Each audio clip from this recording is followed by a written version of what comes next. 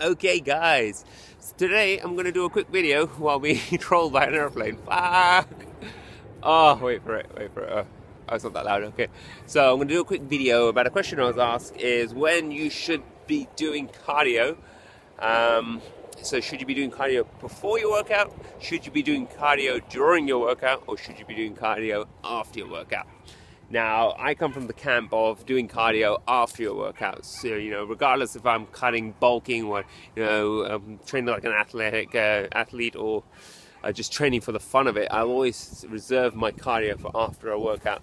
The reason being is I want to reserve my calories, my pre-workout calories, for the actual weight training portion of the workout. So if I do cardio before, I end up burning those calories off really quickly. So when it comes to lifting the weights, I won't be able to lift, for one, as heavy or be able to lift as long. So I won't be able to go as far into failure.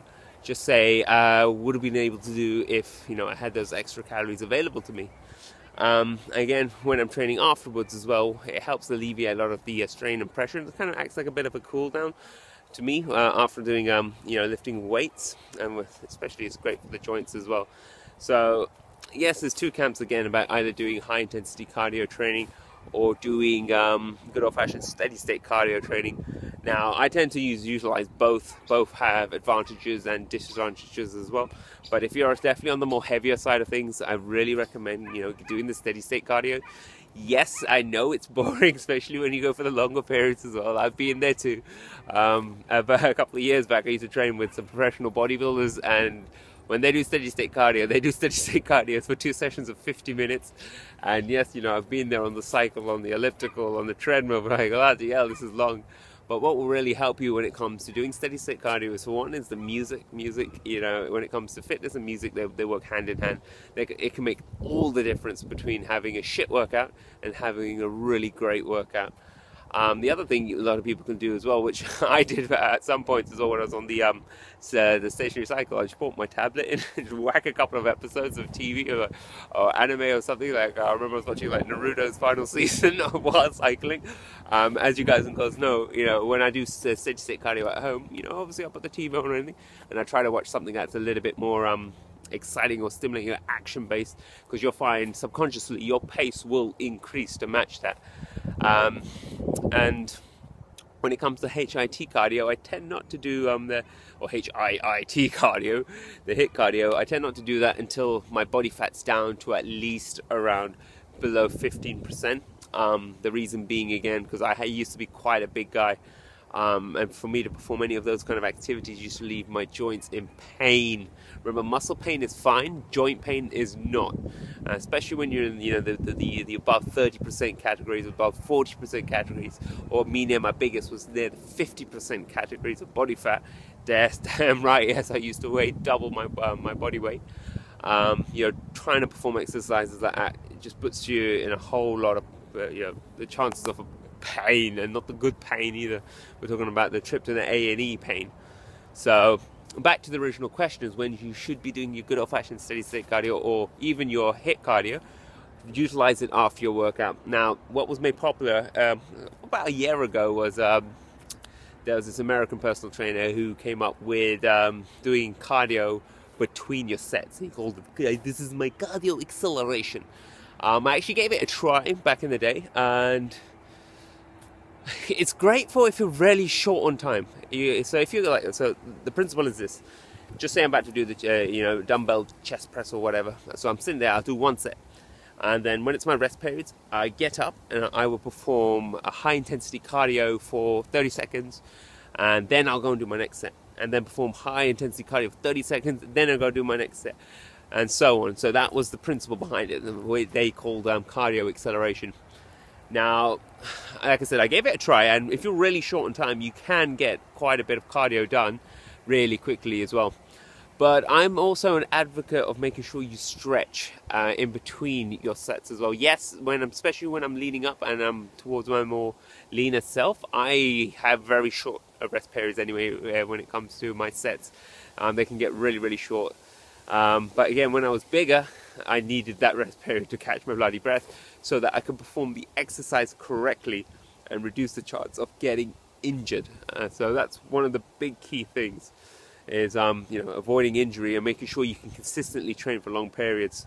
So the last thing you want is an injury, and that's going to throw like a spanner in the work, and you end up trip to the A&E and you're done for the next 2-3 months. And what happens in that period? You get depressed, you start eating, and you end up putting like a shitload of fat on, and that's something we don't want. So the argument for doing before as well is that it warms up your body. So for one, it gets the body ready for the training. Yes and no. I perform a bit of steady state cardio before workout as a warm up rather than burn through my calories. And some people, maybe it might be a little bit more beneficial to them, yes. But depleting your glycogen stores prior or resistance training is just something, it just doesn't work for me. So for you guys and girls, again, it'll be up to you, whatever you decide. My best advice is give each one a try, see how it feels, try it for a week. We're scientists. Experiment for a week, maybe try doing the cardio before you work out, and then your resistance training, and take your measurements, weigh in at the end of the week, see how your body responded, and then maybe the following week try doing it in between. So do this cardio acceleration, so performing a bit of high intensity cardio between each set, see how you feel, take measurements, and then perform after it. So again, take your measurements, see how you feel, just like I did. And I found post-workout always it's the best. It's just simple. You focus on your weights, get your resistance training done and dusted, get your butt to failure and beyond. So when you're on the treadmill, you can just burn off everything that's left, just to make sure you're burning those calories that you may have stored up.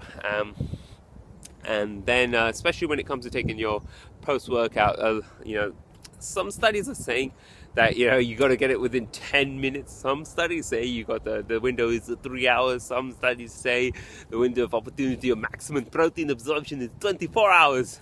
Bloody hell, all this marketing from all these supplement companies, you don't know what to believe. And even when you go to PubMed as well, you got to look at people who are published and funded the research too. So personally, I just get it in as soon as I can. I just keep it simple. I play it safe. Again, you don't always, I keep telling everyone, supplements aren't the only way to train. They're not essential. Yes, they can help. That's what they can do. It's like an extra little bonus, few percentage assistance. But your nutrition and your training is always going to outweigh any supplement or whatever it is, unless you're taking freaking stupid growth hormones, pro hormones, or steroids. You're going to have to train your butt off and eat well. So, back to the question once again: when should you do cardio? My opinion is do it after your training. It'll give you a chance to cool down at the same time. You can focus your calories, your pre-workout meal on building those muscles and stimulating them with the workout, and then getting into your cardio. Again, if you're just doing a cardio day, then it's not really much of a choice. On some days you may just do cardio, just get it done and dusted. For what cardio do, if you're on the bigger side of things, I'd say start off first with a bit of steady state cardio. If you're a little bit more athletic, a little bit more leaner, and getting attacked by pigeons or squirrels, then try maybe the HIIT cardio. Anyhow, guys, so that's my tip for you. As you can see, it's summertime, so remember, just keep hydrated regardless of when you're doing your cardio. And yeah, for more videos about anything fitness related, or if you've got any questions, anything, leave it in the comments below, and I'll catch you guys later. All right, peace.